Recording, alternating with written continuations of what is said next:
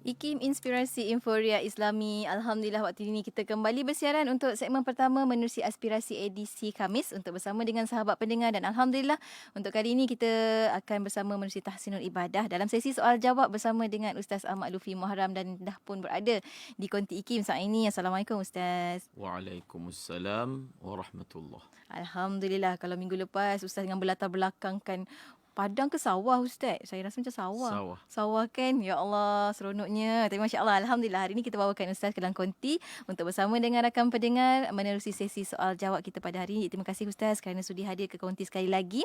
Dan untuk kali ini, untuk anda rakan pendengar, dibuka seluas-luasnya untuk anda tanyakan soalan di FB IKIM FM yang sedang bersiaran secara langsung saat ini.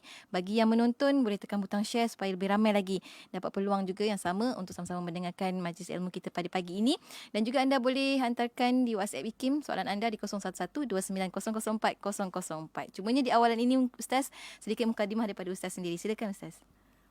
Assalamualaikum warahmatullahi wabarakatuh. Bismillahirrahmanirrahim. Alhamdulillahi rabbil alamin.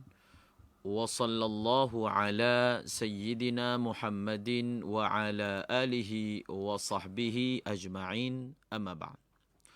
Terima kasih kepada Nur Hayati Paradi, penerbit rancangan Tahsinul Ibadah. Seterusnya, sidang pendengar IKIM yang dirahmati Allah Subhanahu wa taala.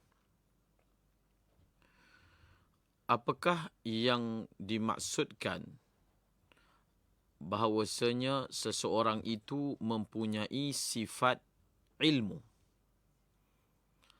Maksudnya adalah apabila ada dalam diri seseorang itu keinginan untuk mengetahui perintah Allah dan larangan Allah terhadap dirinya dalam setiap urusan kehidupannya.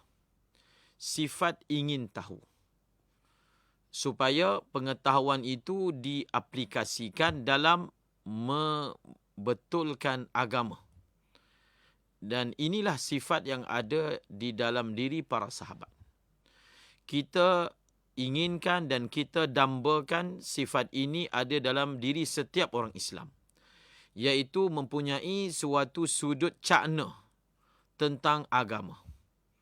Cakna tentang apa yang saya buat ini adakah bertepatan seperti yang disarankan oleh Al-Quran, yang disarankan oleh Nabi dan bersesuaian dengan kaedah-kaedah syarak. Ada manusia yang sifat cakna itu pun tidak ada. Apabila sifat cakna tentang agama, tentang ibadah yang dilakukan itu tidak ada, maka tidak akan melonjakkannya untuk belajar. Paling kurang bertanya. Kenapa satu orang bertanya? Kerana ada suatu kesedaran dalam dirinya untuk mengetahui, dan dengan pengetahuan tersebut dia akan menyempurnakan amalannya.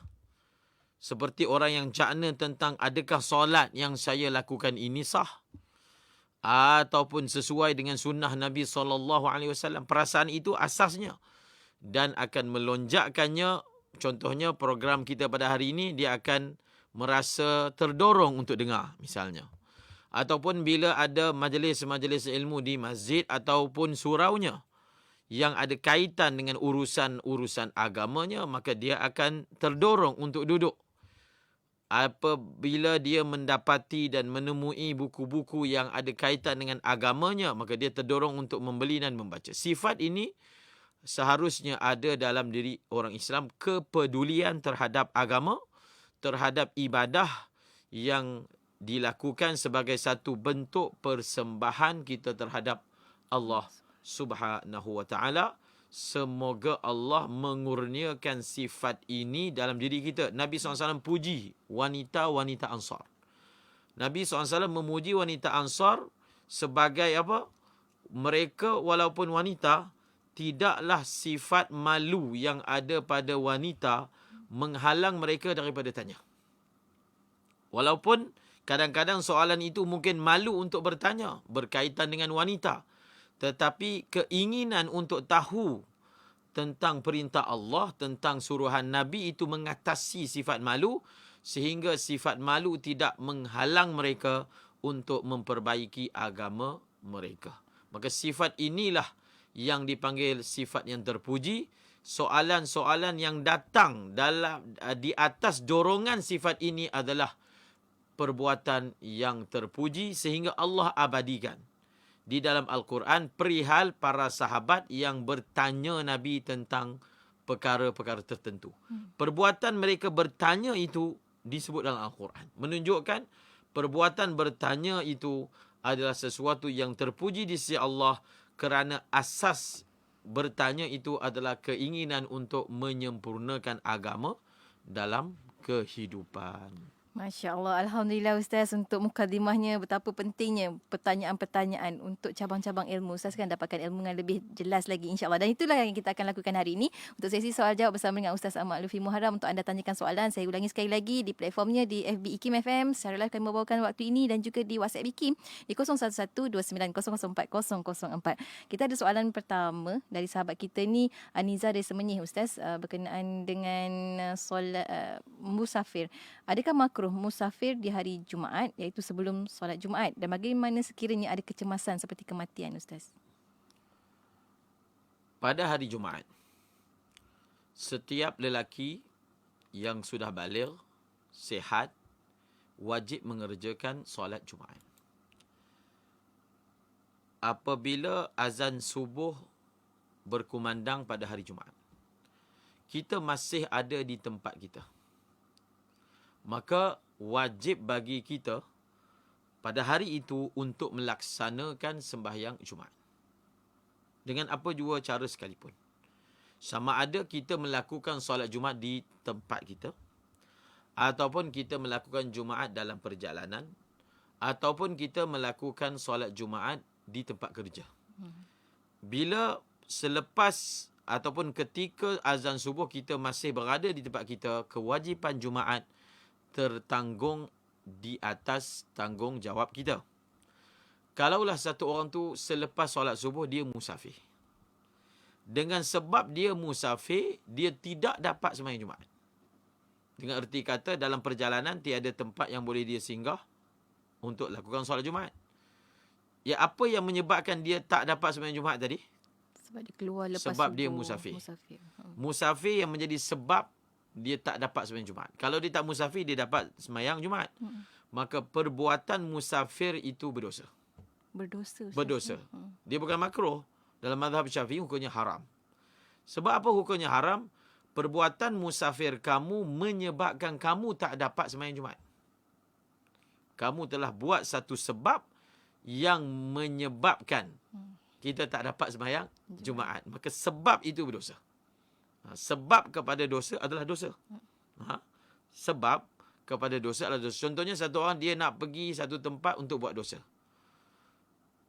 Perjalanan dia menuju ke tempat itu pun berdosa. Sebab dia tak akan boleh buat dosa tersebut melainkan dia kena berjalan. Betul. Dia kena naik kenderaan.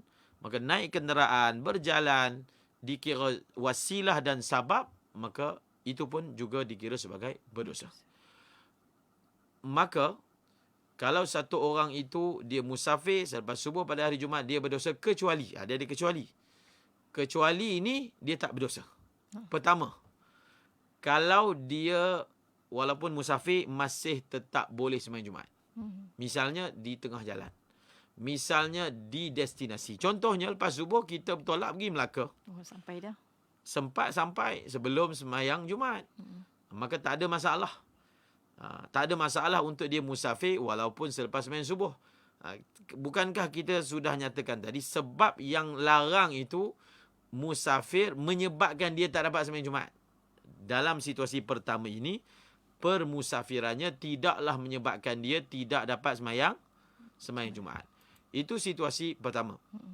Situasi kedua adalah apa? Adalah suatu keadaan yang darurat. Kecemasan.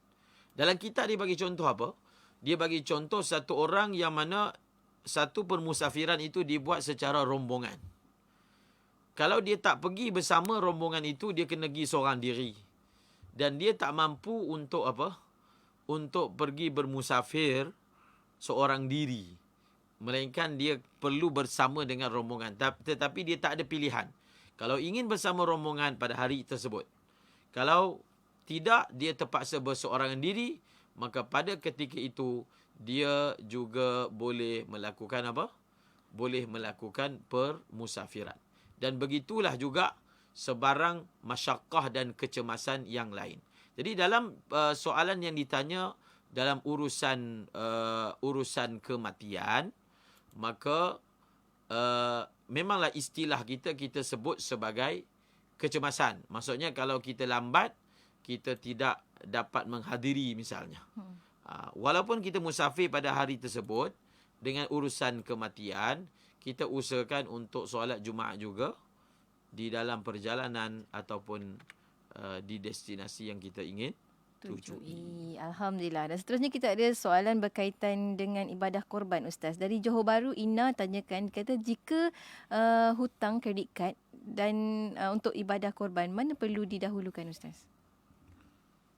Untuk membayar. Untuk membayar hutang kredit kad dengan ibadah korban, mana yang perlu didahulukan? Antara membayar hutang dengan ibadah korban. Untuk kita selesaikan masalah ini, kita faham satu kaedah. Benda wajib lebih diutamakan daripada benda sunat. Membayar hutang adalah wajib. Ibadah korban adalah sunat muakkad. Dengan erti kata, dia hanya ada duit untuk buat salah satu saja. Kalau dia buat yang ini, dia tidak boleh buat satu lagi. Kalau dia buat ibadah korban, dia tidak boleh bayar hutang. Itu bentuk pertumbungannya. Pada ketika itu, sudah tentu lebih utama ialah dia mendahulukan membayar hutang tersebut. Dan kena pastikan, kalau dia menggunakan kad kredit, pastikan yang Islamik bukan yang konvensional. Itu paling penting, Ustaz. Itu lebih penting daripada soalan yang ditanyakan. Masya Allah, Masya Allah. Maknanya kena utamakan yang wajib sebelum yang sunat, Masya Allah. Dan kita akan berhenti rehat seketika, tapi sebelum tu kita ada soalan juga daripada rakan kita ni berkenaan dengan ibadah korban juga, Ustaz. Jawapannya lepas kita berhenti rehat seketika tentang harga pasaran seekor lembu, contoh dia kata sekitar 4,000 hingga 5,000. Boleh ke tidak soalannya? Pihak pengurusan masjid letak harga 5 hingga 6,000 untuk menampung kos pengurusan korban tersebut. Jadi jawapannya lepas kita berhenti rehat seketika. Untuk anda rakan pendengar, jangan ke mana-mana. Teruskan kesetiaan bersama kami tentunya hanya di IKIM, Inspirasi Inforia Islami.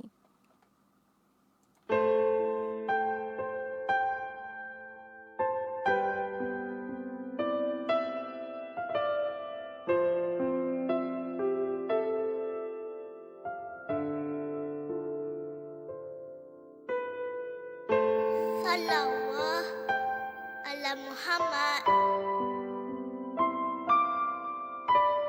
Salawat alaihi wasallam.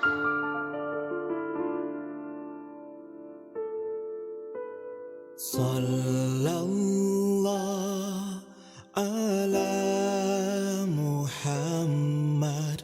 Sallallahu alaihi wasallam.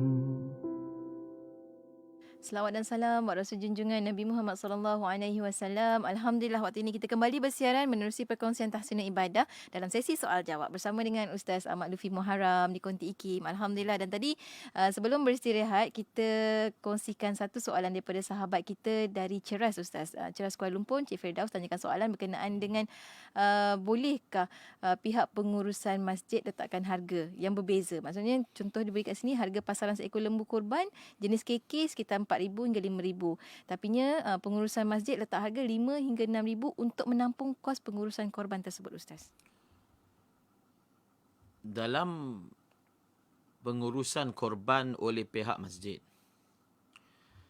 perlu jelas apakah status akad antara pihak pengurusan dengan peserta jemaah.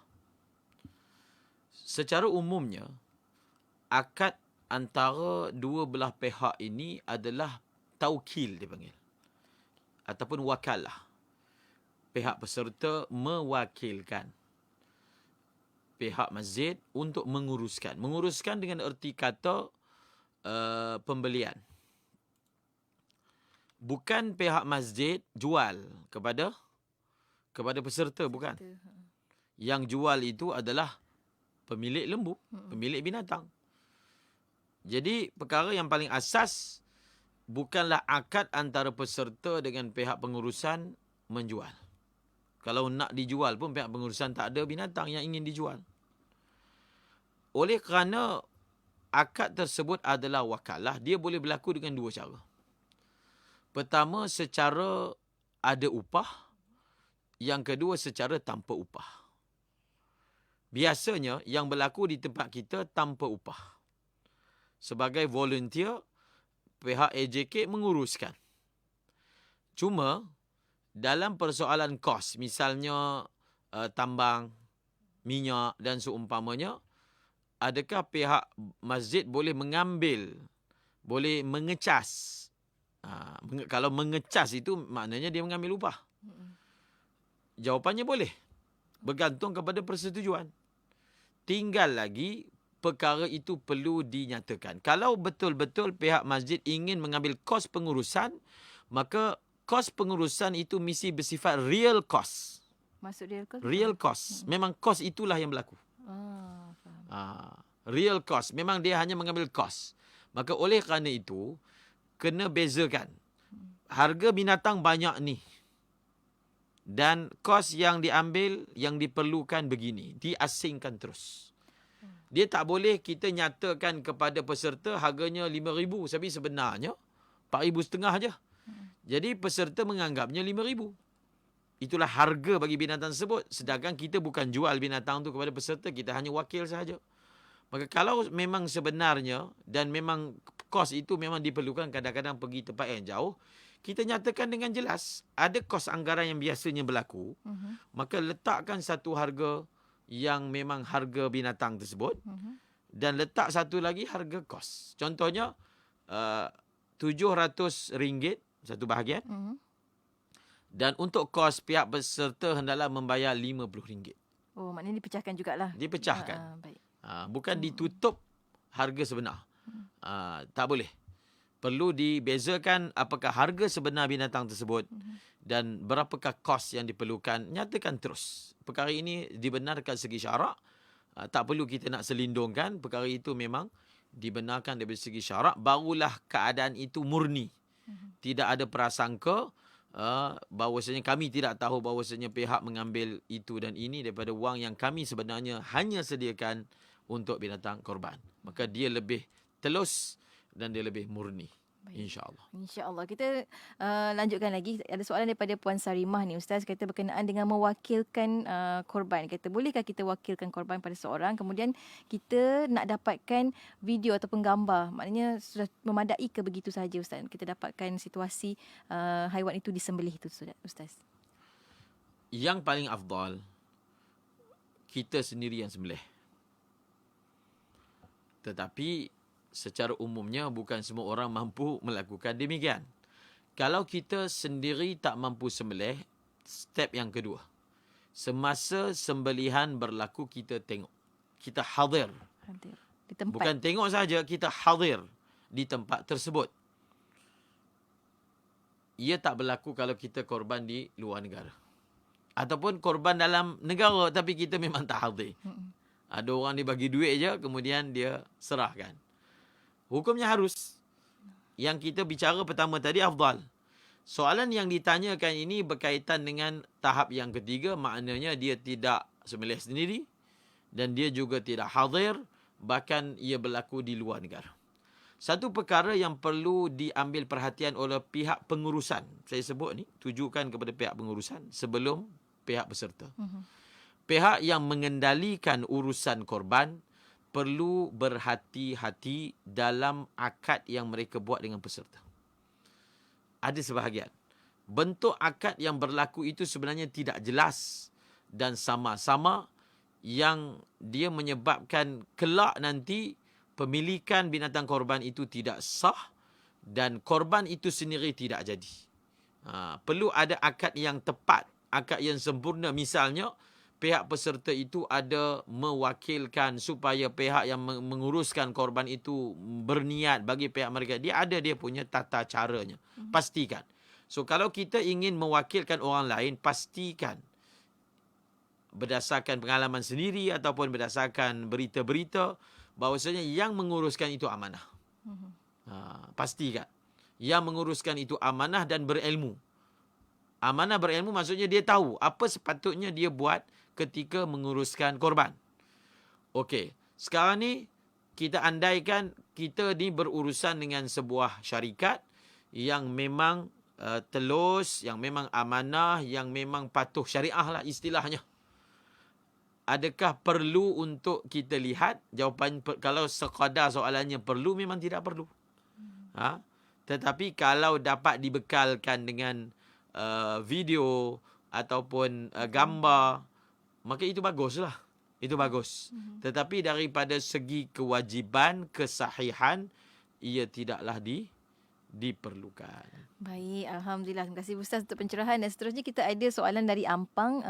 Saudara Don, kita tanyakan soalan. Kata Ustaz, kata bagaimana hukum kita berkongsi duit antara suami dan isteri untuk melakukan korban dan siapakah yang mendapat pahala jika kita berbuat demikian Ustaz? Satu bahagian lembu ataupun unta ataupun kerbau, seekor kambing hanya untuk satu orang. Hanya untuk apa? Satu orang.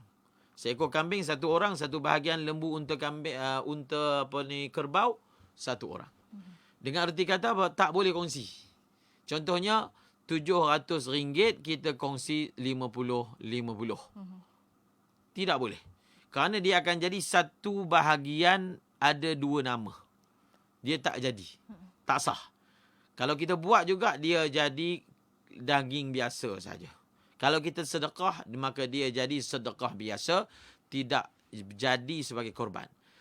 Untuk membolehkannya, ada cara. Iaitu, contohnya suami isteri. Separuh-separuh. Cara dia, suami itu bagi duit dia tu kat isteri. Memilikkan duit itu kepada isteri sehingga RM700 tu dikira milik penuh isteri. Lalu isteri membeli binatang korban bahagiannya dan sembelihan berlaku atas nama isteri. Satu orang. Kira suami sponsor dan Ustaz. Suami sponsor. InsyaAllah suami dapatlah pahala sponsor.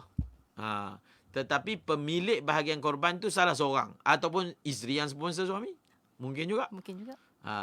Adapun dua orang dengan duit yang berasingan, dengan nama yang berasingan, untuk satu bahagian tidak sah. Daripada segi syarak. Baik. Alhamdulillah. Terima kasih banyak Ustaz. Seterusnya kita ada Aisyah tanyakan soalan Ustaz. Adakah ibadat korban perlu ada akad? Kerana sekarang kita banyak bayar guna online Ustaz. Ibadah korban perlu akad. Perlu akad. Sebab apa? Kita bukan buat sendiri, kita berurusan dengan orang lain. Kalau kita buat sendiri, tak perlu akad. Kita perlukan niat. Dia ibadah korban ni sebenarnya perlukan niat. Niat bahawasanya binatang yang disembelih ini sebagai korban. Bila waktu niat, semasa kita serah binatang tu. Kita niat yang saya serah ini sebagai korban. Ataupun semasa kita sembelih. Waktu kita sembelih, kita niat yang saya sembelih ini sebagai korban. Ataupun semasa sembelih, kita tengok, kita niat pun boleh juga. Kalau tak ada niat, dalam mana-mana bahagian yang saya sebutkan tadi, maka ibadah tu tak jadi korban. Tidak jadi korban. Sekarang ni, kita tidak buat sendiri, kita menyerahkan urusan itu kepada pihak yang lain. Maka perlu ada akad. Akad apa dia panggil? Akad wakalah. Saya mewakilkan. Nah tu, dia kena sebut. Saya mewakilkan pihak apa? Mungkin pihak itu individu, ataupun pihak itu berbentuk syarikat, ataupun pihak itu berbentuk masjid. Perlu ada lafaz, saya mewakilkan. Dan dalam masalah wakil ni ada dua. Satu, wakilkan pihak masjid beli. Itu dah akad lain dah tu. Untuk urusan beli. Beli akad yang lain. Mewakilkan untuk menguruskan korban, akad yang lain. Tetapi kalau semasa proses sembelih tu kita memang ada, dia tak berat sangat. Sebab kita sendiri boleh niatkan. Tetapi kalau dia langsam, semua sekali pihak sebelah sana yang uruskan, dia tak hadir seperti mana korban luar negara, maka perlu perhalusi akad. Dia kena ada buat dua akad. Satu akad beli, satu lagi akad apa? Akad mewakilkan pihak syarikat untuk menguruskan niat, menguruskan sembelih dan menguruskan agihan. Perlu dinyatakan dengan sempurna. Bukan kita diam, tak ada cakap apa, type, dah selesai. Tidak. Sebab dia ni bukan beli kambing untuk makan semata-mata. Tetapi beli kambing untuk ibadat. So, bila dia ibadat, dia memang ada teknikal dia. Iaitu niat. Kalau tak, niatlah yang membezakan saya sembelih ni sebagai korban ke, saya sembelih ni sebagai makan. Sembelih sebagai korban ke, sembelih sebagai jual. Kalaulah niat pun tak ada, apa beza sembelih untuk makan dengan sembelih untuk korban? Maka niatlah berperanan membezakan antara ibadat dan juga adat. Baik. Terima kasih banyak Ustaz. Dan seterusnya, lanjutan daripada itu, kita ada Azrina Zulkifli di FB IKIM tanya, sekiranya kita menyertai ibadah korban Ustaz, daging korban tersebut tak boleh dimakan oleh orang yang membuat korban kan Ustaz? Sekiranya kita buat korban, kemudian adakah kita boleh makan daripadanya ataupun tidak? Kita bukan adakah boleh makan ataupun tidak, kita disunatkan makan. Bukan adakah boleh ataupun tidak, kita disunatkan makan berdasarkan ayat Al-Quran, fakulu minha, makanlah oleh kamu daripadanya, wa at'imul ba'isal faqir, dan berikanlah kepada fakir miskin. Yang tak boleh kita makan kalau ibadah korban itu nazar. Atau kita bernazar untuk berkorban. Yang itu tak boleh makan. Bukan sahaja kita tidak boleh makan, anak kita pun tak boleh makan, isteri kita pun tak boleh makan, sesiapa sahaja yang kita wajib tanggung nafkah mereka juga tidak boleh makan. Adapun ibadah korban biasa, disunatkan makan. Sebab apa disunatkan makan? Dia daging korban ni dah tak sama dengan daging yang kita beli kat pasar. Tak, dia punya status lain. Kerana daging itu dipanggil daging ibadah. Oleh kerana dia daging ibadah, ambil sedikit barakah daripada daging ibadah tersebut. Sehingga dalam kitab disebut, dalam banyak bahagian daging itu yang mana paling bagus untuk dimakan. Adakah batang pinang? Adakah lengan? Ataupun bahagian tubuh mana yang afdal untuk dicicip dan dimakan?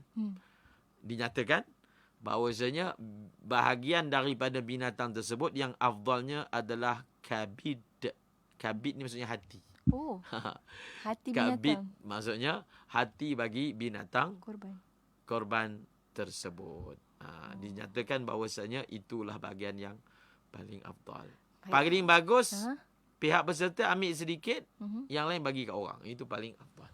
Oh, baik. Masya Allah. Terima kasih banyak Ustaz. Dan satu lagi soalan sebelum kita berhenti rehat, daripada Zuraiha Rosli. Dia kata, bolehkah adik-beradik berkongsi duit untuk korban lembu, satu bahagian sponsor untuk ibu? Bukannya adik-beradik lah, tapi dia sponsor untuk ibu. Jawapannya dia boleh. Seperti masalah tadi. Iaitu duit itu mereka tamlikkan, milikkan kepada ibu.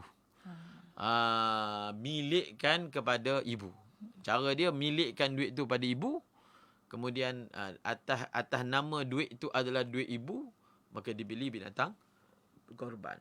Baik. Ataupun kita beli dulu, lepas kita beli, kita milikkan bahagian tersebut kepada ibu, maka dikira bahagian itu adalah bahagian ibu solid dan sah. Ya. Dengan cara seperti itu. Maknanya ibu kena berniat lah Ustaz kan?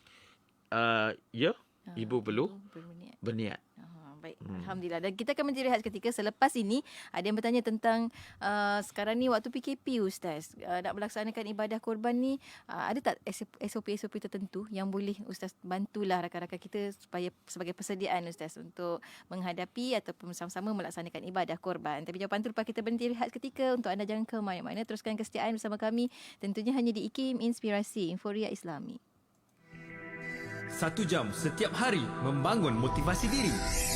Dengarkan alunan ayat suci Al-Quran dan seruan azan bersama segmen Renungan Hikmah setiap hari jam 7 hingga 8 malam di IKIM Inspirasi Inforia Islami. Jualan produk IKIM kembali dengan tawaran diskaun menarik dan hebat. Dapatkan buku-buku CD dan DVD serta cenderamata IKIM dengan layari laman web www.ikimniaga.my. www.ikimniaga.my turut ditawarkan kompilasi dan edisi digital untuk slot-slot radio yang menarik. Diskaun hebat sepanjang tahun menanti anda. Dapatkan segera. Buku baharu terbitan IKIM bertajuk Ahmad Ibrahim, Sasiah Pemikiran, Sumbangan dan Ilmiah, mengisahkan kehidupan almarhum Profesor Ahmad bin Muhammad Ibrahim yang berkredibiliti, profilik dan hebat dalam dunia perendangan Islam di Malaysia. Sumbangan ilmiah almarhum telah dibincangkan dalam pelbagai sudut termasuk perbandingan pemikiran, keuangan dan perbankan, takaful, undang-undang murtad, keluarga, komersial, jenayah syariah dan wakaf. Hasil tulisan termasuk anak beliau sendiri, rakan-rakan seperjuangan dan bekas pelajar beliau yang amat mengenali kepribadian dan mengagumi pemikiran almarhum. Jom dapatkan segera buku ini dengan tawaran diskaun menarik di www.ikimniaga.my atau hubungi Unit Pembangunan Ekonomi dan Pemasaran di talian 03 6204 6389 atau 03 6204 6388. Dapatkan sekarang. IKIM Inspirasi Inforia Islami, sesi soal jawab dalam tahsinan ibadah bersama dengan Ustaz Ahmad Lufi Muharram. Kita teruskan lagi. Yang semakin rancak sebenarnya Ustaz, soalan-soalan sahabat-sahabat kita ni. Ada yang tanya tadi tentang nak korban rusa boleh ke tidak, tapi soalan tu kejap lagi kita akan simpan. Cumanya tadi sebelum kita berhenti rehat, soalan daripada sahabat kita berkenaan dengan SOP ataupun tata cara, prosedur. Sekarang ni kita berada dalam keadaan PKP Ustaz. Bagaimana kita nak melaksanakan ibadah korban dengan lebih sempurna? Silakan Ustaz. Ibadah korban perlu diteruskan. Syiar, dia merupakan syiar agama Islam. Biar ada darah-darah yang berguguran kerana Allah Subhanahu Wa Taala, dan darah itu akan menjadi saksi dan menarik rahmat daripada Allah. Itu perkara asas. Bila kita faham asas ini, maka kita akan menanggung dan menempuh sebarang kesulitan mungkin, kesukaran demi melaksanakan ibadah tersebut. Masalah apakah SOP, jawapan tu bukan daripada saya. Jawapan daripada pihak yang mengeluarkan SOP. Dan daripada pihak kita, kita perlu letak satu target kita nak buat. Letak dulu. Nak buat. Jangan ada sifat malas ataupun rasa lemah. Kita letak, kita akan buat. Kemudian bila dibentangkan sebarang SOP, daripada sekarang kalau kita dah tahu apa SOP-nya, kita usahakan untuk sempurnakan. Kita usahakan untuk sempurnakan daripada awal. Jangan last minute. Daripada awal, kita usahakan untuk sempurnakan. Kalau memang kita letak target nak buat, maka akan ada bantuan daripada Allah untuk menyempurnakan. Tetapi pastikan jangan sampai kerana kesukaran memenuhi tuntutan tersebut, kita ambil keputusan drastik tak nak buat. Kita yang saya maksudkan ni ialah pihak pengurusan masjid. Sebab peserta dia tak terlibat dalam pengurusan. Pihak pengurusan korban. Kita ambilnya sebagai cabaran, kita ambilnya sebagai suatu mujahadah untuk hidupkan syiar. Dan kita mengharap pahala daripada Allah Subhanahu wa taala. InsyaAllah. Terima kasih banyak Ustaz. Penuh hikmah. Masya Allah. Kita ada soalan tadi yang macam saya nyatakan tadi. Kita ada soalan berkaitan dengan rusa. Daripada Zaid Hassan, Sungai Petani Kedah. Rakan mempunyai ladang rusa dan menternak rusa dalam jumlah yang banyak. Satu, adakah rusa dikenakan zakat ternakan? Dan kedua, bolehkah dikorbankan? Silakan Ustaz. Rusa adalah haiwan liar yang boleh dimakan. Walaupun dia diternak, tetapi spesies dia adalah haiwan liar asalnya. Dalam mazhab Syafi'i, binatang yang ada zakat padanya hanya 3 saja. Unta, kambing, lembu, bas. Dalam mazhab Hanafi misalnya, yang ada zakat tambah lagi kuda ada zakat. Ada lagi mazhab yang lain, binatang-binatang yang lain. Adapun dalam mazhab Imam Syafi'i, hanya an'am sahaja yang ada zakat, seperti yang saya senaraikan sebentar tadi. Jadi menjawab kepada soalan pertama, adakah ada zakat ataupun tidak? Tidak ada zakat atas nama zakat ternakan. Tetapi rusa ada zakat dari segi zakat perniagaan. Pendapatan. Zakat perniagaan. Kalau zakat perniagaan, dia meniaga apa pun binatang, maka ada zakatnya. Sebab nanti yang nak dibayar tu duit, bukan yang nak dibayar tu rusa. Okey? Itu menjawab soalan yang pertama secara ringkas. Ada atas nama zakat perniagaan. Cara kira dia macam cara mengira zakat perniagaan. Yang kedua, adakah boleh korban rusa? Sama. Binatang korban sama macam binatang yang diwajibkan zakat. Jadi tadi disebutkan 3 kan? Adakah rusa termasuk daripada 3 tadi? Tidak. Maka rusa tidak boleh dikorbankan. Dari segi syarak. Tapi dari segi atas nama bahasa korban, maknanya sembelih bagi makan boleh. Boleh sembelih bagi makan, hantar sikit dekat konti ni, insya-Allah. InsyaAllah. Terima kasih banyak Ustaz. Tapi ni hari Khamis je sebab Ustaz datang, insya-Allah. Dan kita ada soalan daripada Hazikah Ustaz. Kata ibu beliau telah meninggal dunia, tapi beliau nak buatkan juga korban untuk ibu. Boleh ke Ustaz? Korban untuk orang yang telah meninggal dunia. Dalam mazhab Al-Imam Syafi'i, tidak sah korban untuk orang yang meninggal dunia. Dengan betul-betul maksud dia. Tidak sah dengan erti kata kita letakkan nama dia. Dan memang korban itu dia punya. Maka hukumnya tidak sah. Kecuali kalau si mati itu pernah berwasiat supaya dilakukan korban bagi pihaknya, baru sah. Kalau dia tidak pernah berwasiat, tidak sah korban atas nama si mati dengan erti kata bahagian ataupun binatang tersebut memang atas nama ataupun milik si mati. Sebab apa tak sah? Kembali kepada asas yang kita nyatakan tadi, ibadah korban ini adalah ibadah. Bila ibadah, dia perlukan niat. Perlukan niat daripada pihak penama tadi. Jadi adakah kita boleh dapatkan niat daripada si mati? Tidak dapat. Yang wasiat tadi itu dikira niat daripada dia. Semasa hidup tadi. Maka boleh.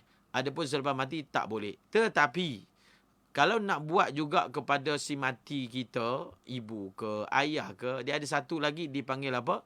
Dipanggil kita korban, kita punya, tetapi kita niatkan, kita doakan supaya pahalanya itu kepada si mati. Yang tu boleh. Maksud kita punya, kita yang punya, niat. namanya kita, tetapi kita melakukan isalu thawab dia panggil. Doa isalu thawab, mendoakan, memohon supaya ini saya niatkan pahalanya untuk ibu saya, kepada ayah saya, ataupun sesiapa sahaja yang kita ingin namakan, maka secara dengan cara itu hukumnya harus. Baik, alhamdulillah. Terima kasih banyak Ustaz. Adakah dia akan sama dengan nazar Ustaz? Maksudnya nanti daging tu tak boleh dimakan oleh waris macam tu Ustaz? Tidak. Tidak. Tidak. Dia bukan seperti itu. Wasiat beza. Masya-Allah, alhamdulillah. Dan kita ada satu soalan juga yang ramai juga orang tanya macam ni Ustaz. Tanya, berdosakah kalau daging korban kita tolak kerana sudah dapat banyak Ustaz?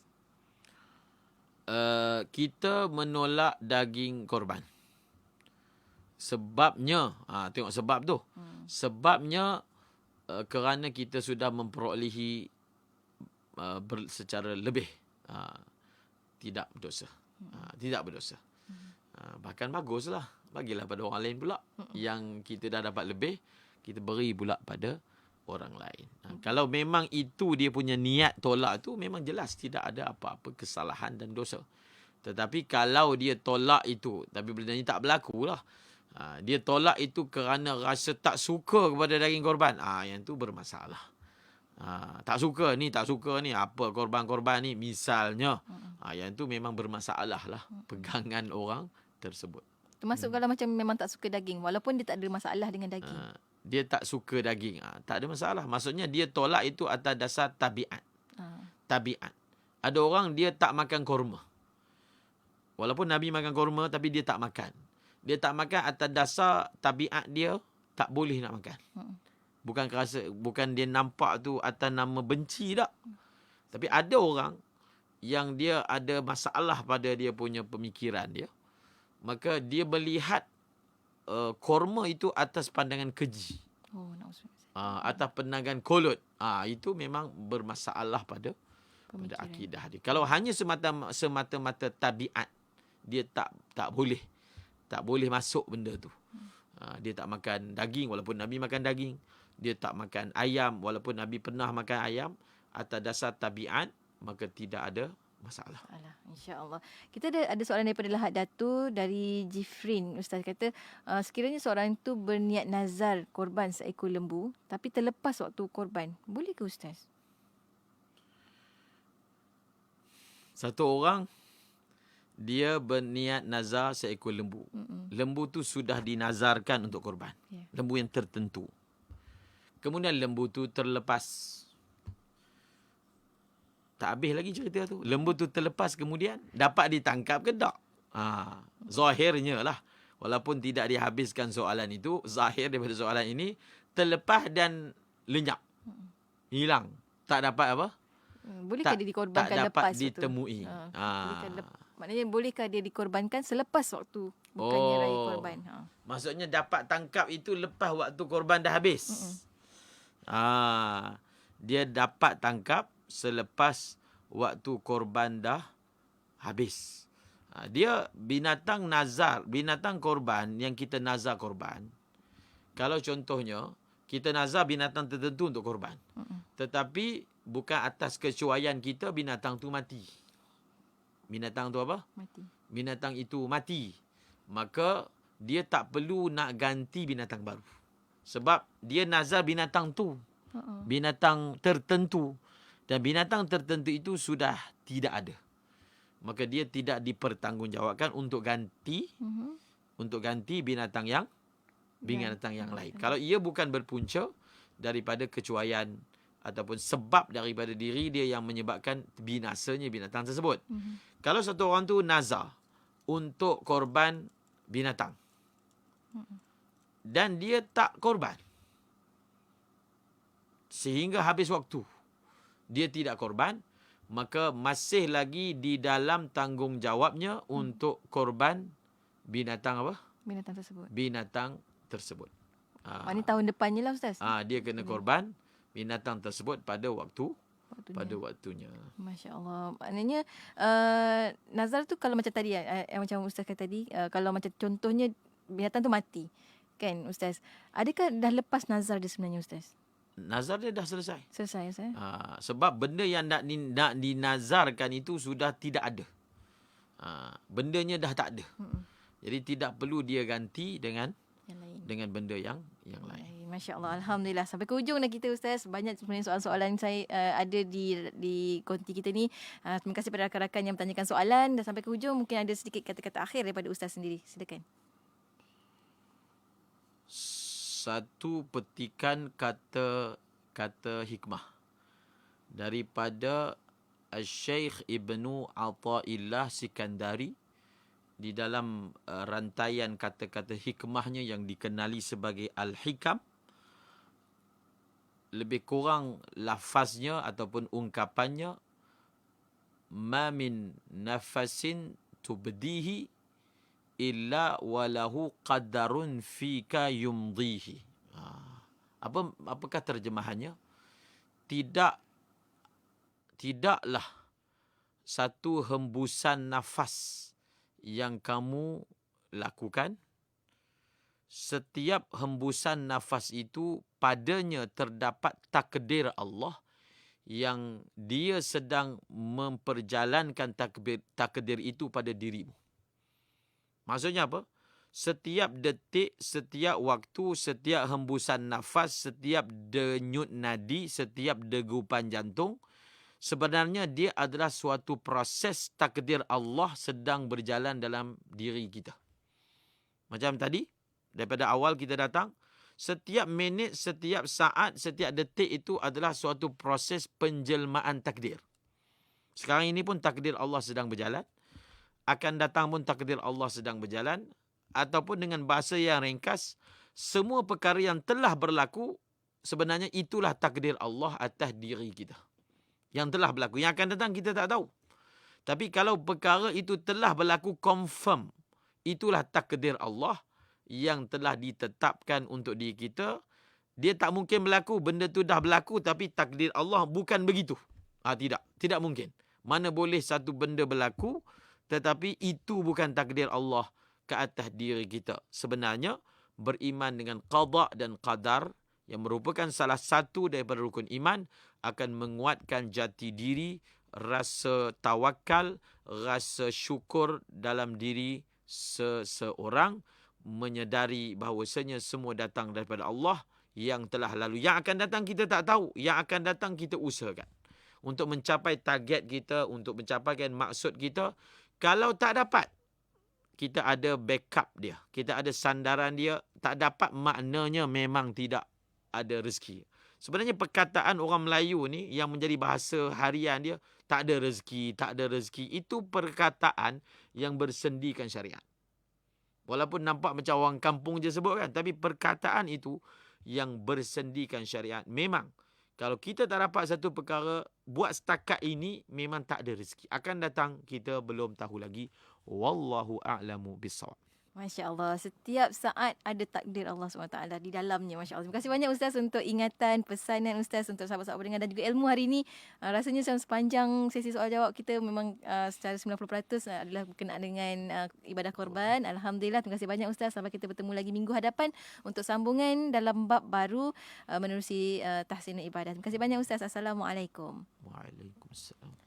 Dan untuk anda rakan pendengar, teruskan kesetiaan bersama kami tentunya hanya di IKIM, Inspirasi Inforia Islami.